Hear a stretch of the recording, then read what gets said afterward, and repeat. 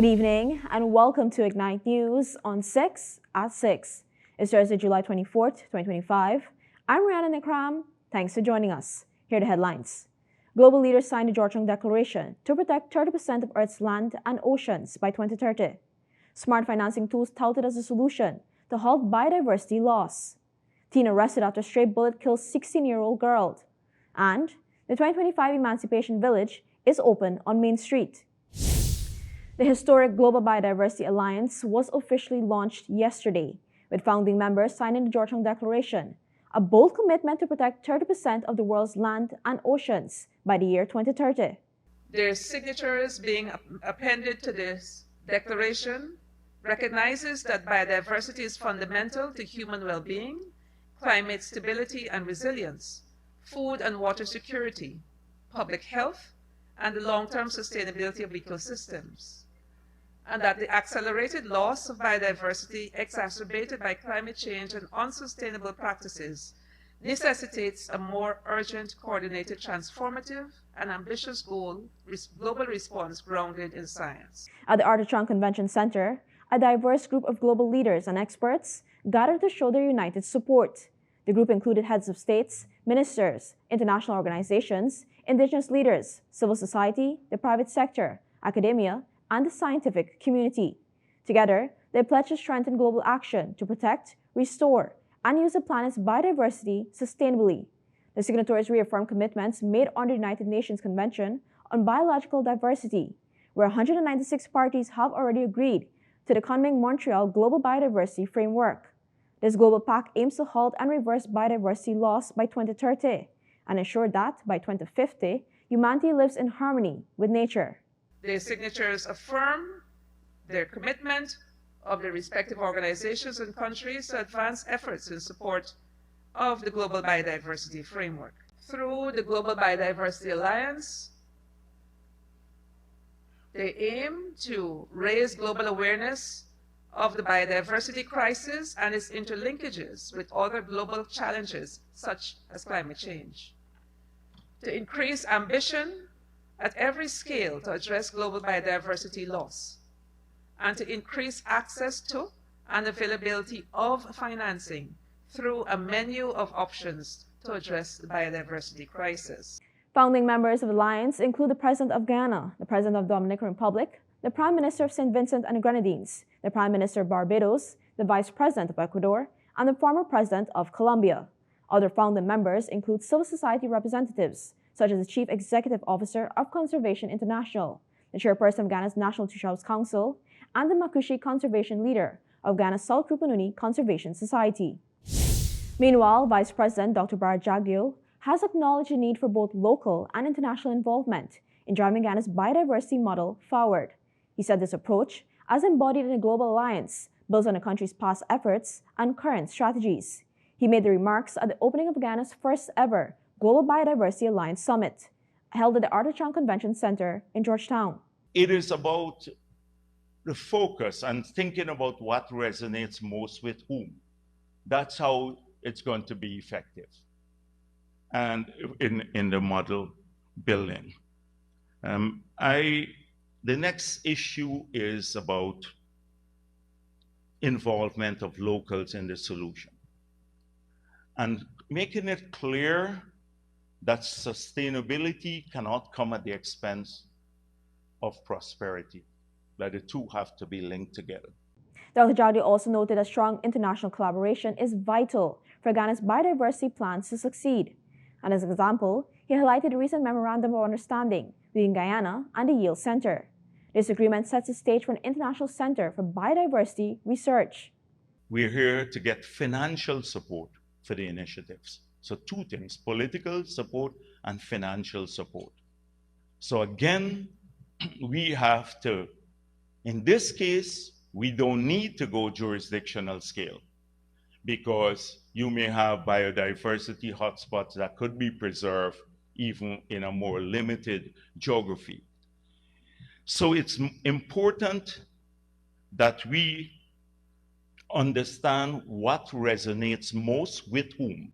He further explained that the benefits of biodiversity work must be shared globally and, importantly, not come at the cost of future generations.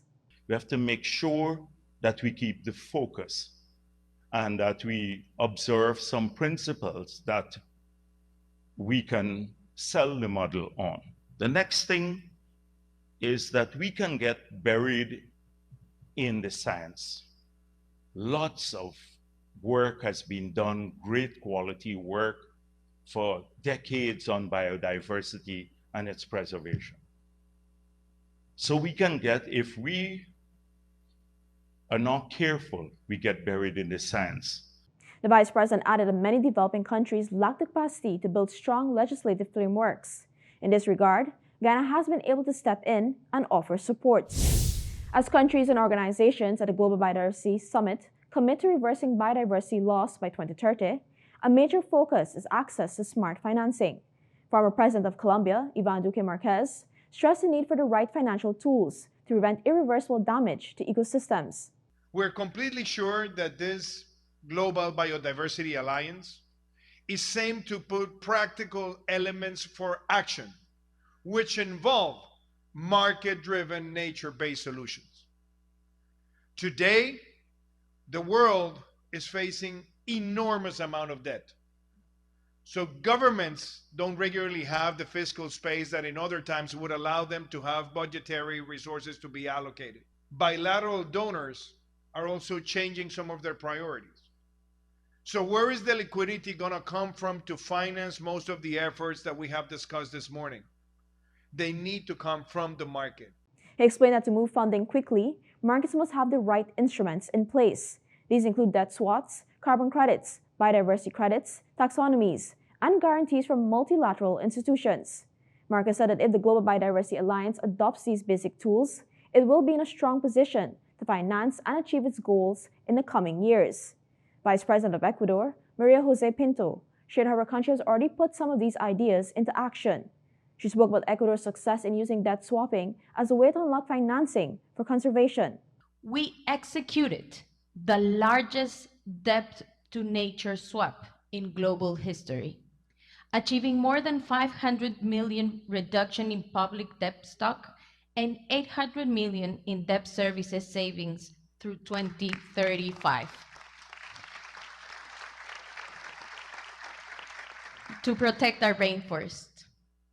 This will generate over 400 million for conservation, forest governance, and local livelihood in the Ecuadorian Amazon. We secure 50 years of guaranteed funding for Yasuní National Park, one of the world's most prestigious biodiversity sanctuaries. Jose Pinto said the initiative secures the nation's biodiversity for generations to come, beyond political cycles.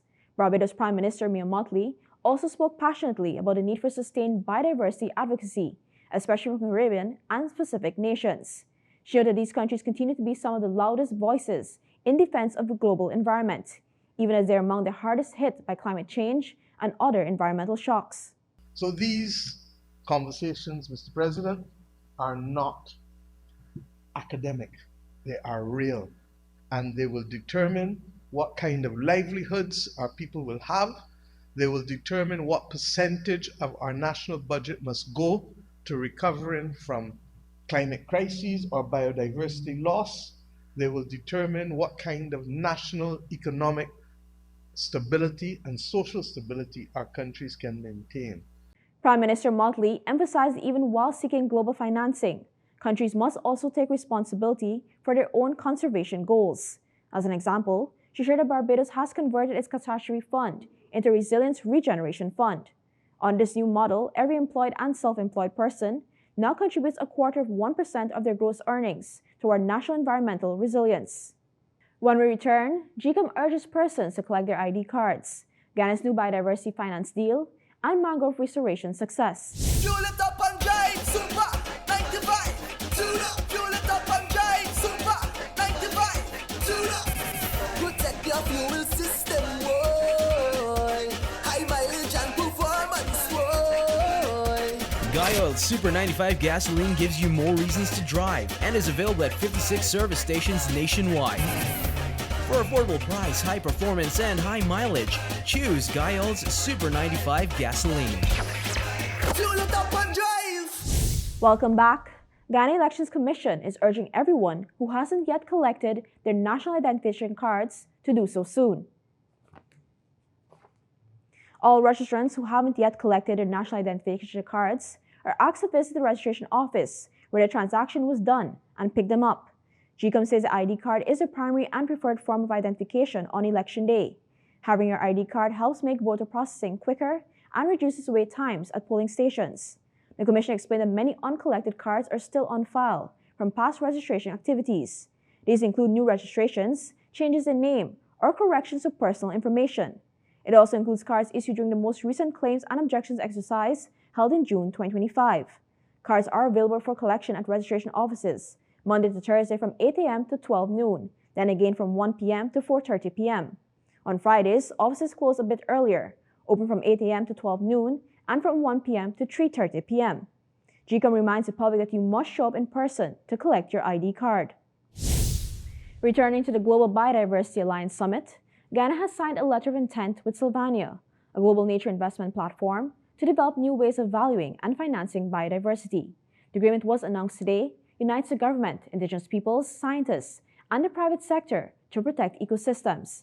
This move builds on Ghana's long-standing leadership in climate and forest finance, led by its low-carbon development strategy and results-based partnerships, like the one with Norway. Now, Ghana plans to expand beyond forest carbon to include biodiversity and freshwater services on its LCDS 2030.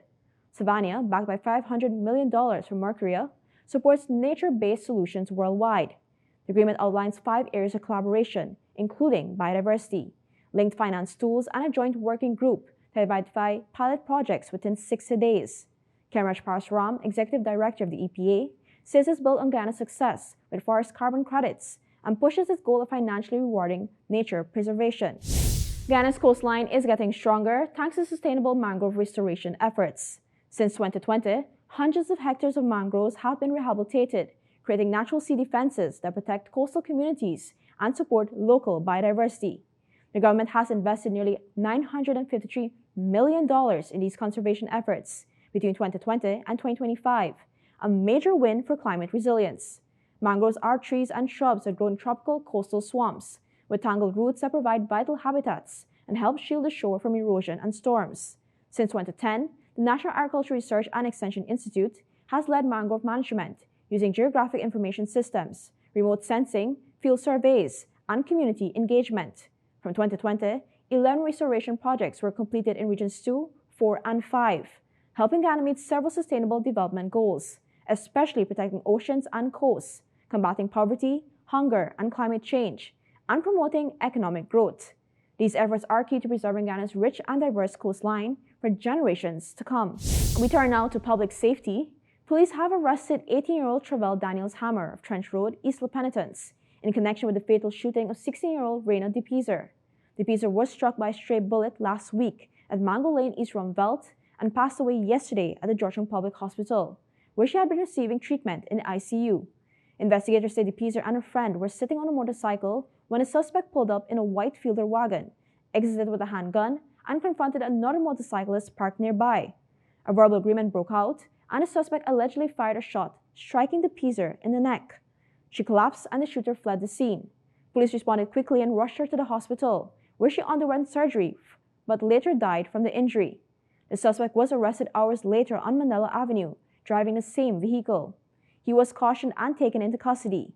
No firearm was found, but investigators swabbed him for gunpowder residue and lodged the vehicle as the probe continues. When we come back, Main Street comes alive for Emancipation, competitive pool heats up on Sheriff Street, and Rishabh Pant bats through injury to make cricket history. Your business is built on hard work, vision, and the drive to succeed. At GBTI, we understand what it takes to grow. That's why we offer Grow, a small business service designed to help your business expand, adapt, and reach its full potential. From new opportunities to new milestones, we're here to support you every step of the way. Grow from GBTI. Progress starts here. You're watching Ignite News on 6 at 6. Thanks for staying with us. Vendors at the Emancipation Village share pride, heritage, and fashion ahead of Emancipation Day. Main Street is alive with color and culture as Emancipation Village returns ahead of Emancipation Day. The event, now a staple in Ghana's cultural calendar, sees local designers, artisans, and craft vendors transforming the avenue into a bustling outdoor marketplace. From vibrant African-inspired garments to intricate head wraps, jewelry, and handmade home decor, the village is a celebration of identity, creativity, and resilience. I do sewing and craft for a living. All the stuff that is in here, in my booth, it's done by me. This is my passion. I just love doing sewing and putting together anything people would throw away. This is a piece of rope that I found in the garbage, actually. Somebody threw this away and I was able to pick this up and make this beautiful bag. Look at it. Shoppers move from stall to stall, some searching for the perfect emancipation outfit, others just choking up the sights and sounds.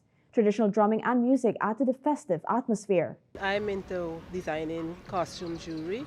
I have some amazing pieces, so I just want the public to come down, see what we have. We have pieces for any occasion. And I also do head wraps. I am just opposite Culture, Youth and Sports, and my number is 681-0637. So they can come down and do some shopping. The Emancipation Village is a living exhibition of ancestral pride and present-day craftsmanship. For many vendors, each piece tells a story of heritage, struggle, and strength. I'm the proud owner of Enchanted Gardens Boutique, and here we have handmade earrings, necklace sets. Let me show you, we have cute necklace sets.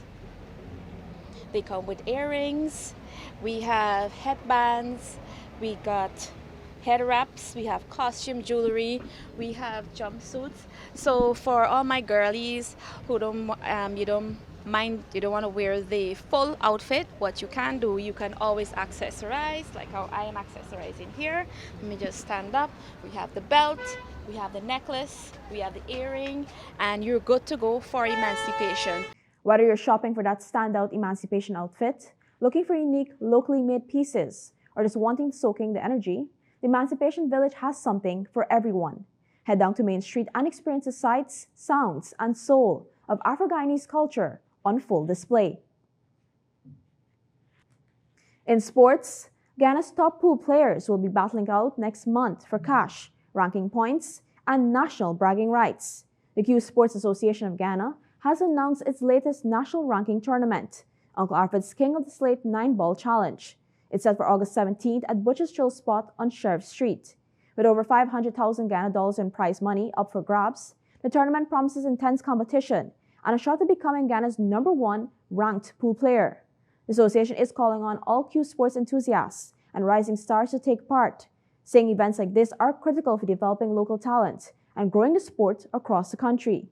Fans can expect a high-energy atmosphere, brilliant shot-making, and plenty of drama as players chase the King of the Slate crown and climb the national rankings. In an incredible show of grit, Rishabh Pant returned to the crease with a broken foot and still made history.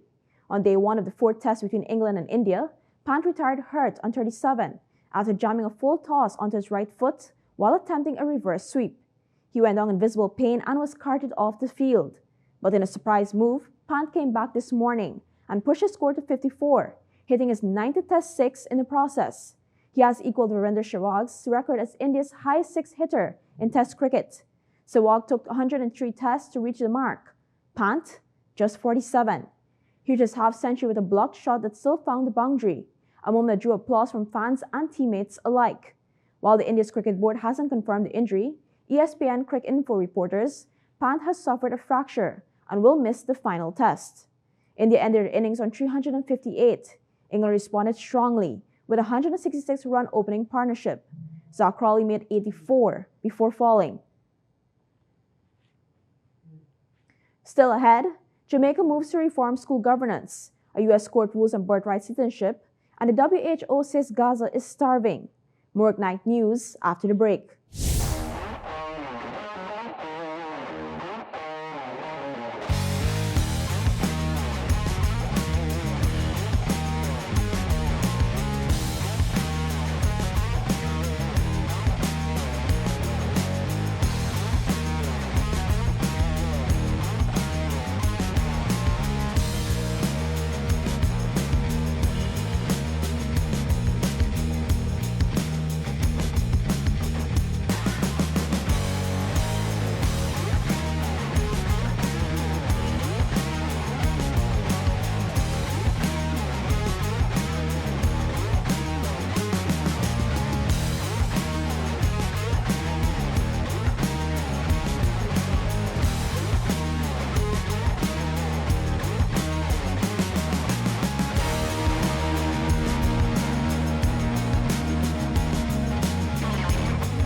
Welcome back. Jamaica rolls out big school reforms, changing who sits on boards and how students are promoted.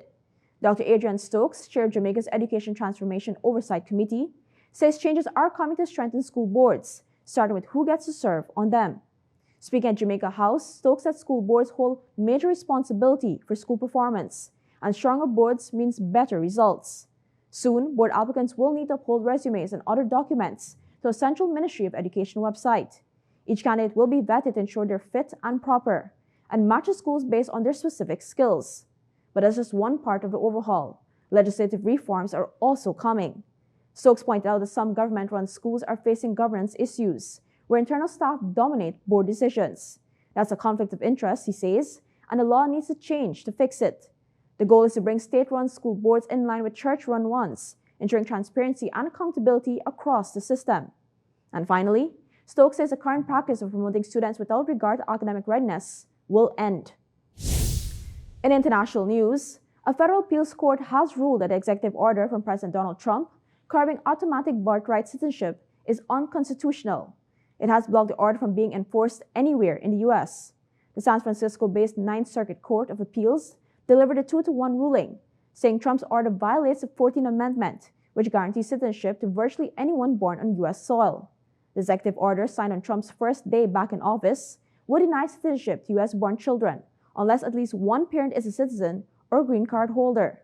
It was quickly challenged by 22 states and immigrant rights groups, and a district judge initially blocked it. Now, the appeals court has upheld that decision, saying a nationwide block is necessary to prevent states from being forced to rewrite benefit programs based on shifting citizenship rules. Washington Attorney General Nick Brown said, "The president can't redefine what it means to be American with a stroke of a pen." The Trump administration says the court got the Constitution wrong and plans to appeal, likely all the way to the U.S. Supreme Court. Finally this evening, Gaza is in the grip of what the World Health Organization is calling man-made mass starvation. WHO Director General Tedros Ghebreyesus says a blockade on aid has left the Palestinian enclave without the food and medical supplies it desperately needs, even as tons of relief sit just outside Gaza's borders. Mass starvation means starvation of a large proportion of a population. And a large proportion of a population of Gaza is starving. I don't know what you would call it other than mass starvation. And it's man-made. And that's very clear. And this is because of blockade. And I have said it in my statement, more than 80 days of blockade straight. And then, of course, there is opening now, but it's not enough. It's just a trickle, and people are starving. Imagine 1,026 people have died while trying to feed themselves. Since March, when Israel halted all deliveries into Gaza, food stocks have collapsed. While some aid resumed in May, international agencies say it's nowhere near enough. Israel says restrictions are needed to prevent supplies from reaching Hamas, and insists it has allowed enough food in. But aid groups disagree, warning just a trickle is getting through. Gaza's health ministry says 111 people have now died from hunger, 10 of them overnight. The WHO has confirmed 21 child deaths, but says the real toll is likely far higher. Clinics treating malnutrition are overwhelmed. Between March and May, no food entered Gaza for nearly 80 days. Today, about 1 in 10 people screened are malnourished, and so are 1 in 5 pregnant women. In July alone, 5,100 children were admitted to feeding programs, 800 of them severely emaciated. The WHO says the situation is critical. And that's all for this edition of Ignite News on 6 at 6. For more stories, visit ignitenews.com or follow us on social media. Thanks for watching. I'm Rihanna Nikram. See you tomorrow for more Ignite News.